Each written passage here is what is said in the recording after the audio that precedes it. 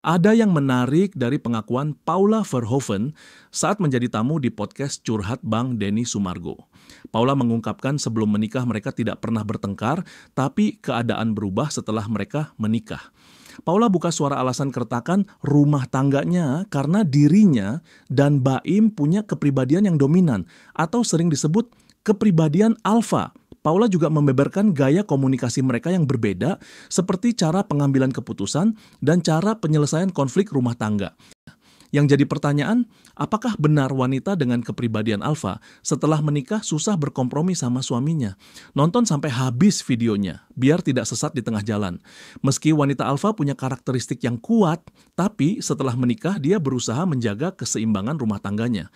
Contohnya saja menunjukkan sikap hormat pada suami, menyempatkan diri untuk masak, atau membantu anak mengerjakan tugas sekolah, hingga mau bergaul akrab sama keluarga besar.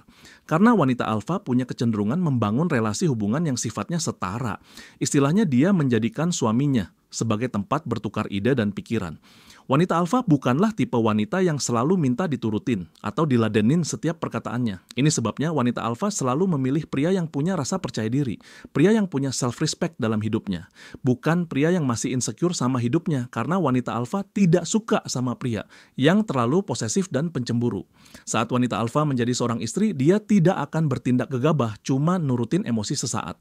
Dia tidak akan bereaksi secara impulsif, cuman berdasarkan perasaan tanpa mempertimbangkan konsekuensi. Wanita alfa tetap menggunakan logika. Apabila ada yang tidak sesuai sama value-nya, maka wanita alfa akan menolak secara sopan. Dan satu lagi, wanita alfa tidak mau menjadi orang ketiga. Dia punya prinsip, hubungan dari hasil merebut pasangan orang tidak akan berakhir bahagia. Karena pria yang jadi selingkuhannya akan mengkhianatinya di kemudian hari. Ini sebabnya wanita alfa tidak menjadikan pernikahan sebagai pelarian atau solusi instan atas masalah hidupnya. Wanita alfa menikah untuk dirinya sendiri, bukan untuk menyenangkan orang lain.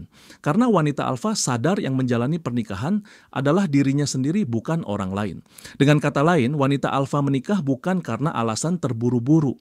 Yang penting menikah, tapi banyak yang perlu dia siapkan. Contohnya saja wanita alfa perlu yakin si pria adalah orang yang tepat, dia juga perlu tahu betul perasaannya, karena menikah dan hidup bersama itu butuh uang. Meski begitu, wanita alfa dalam memilih calon suami tidak harus mapan. Asalkan si pria adalah pribadi yang dewasa secara emosi. Istilahnya pria yang ulet dan pekerja kerja.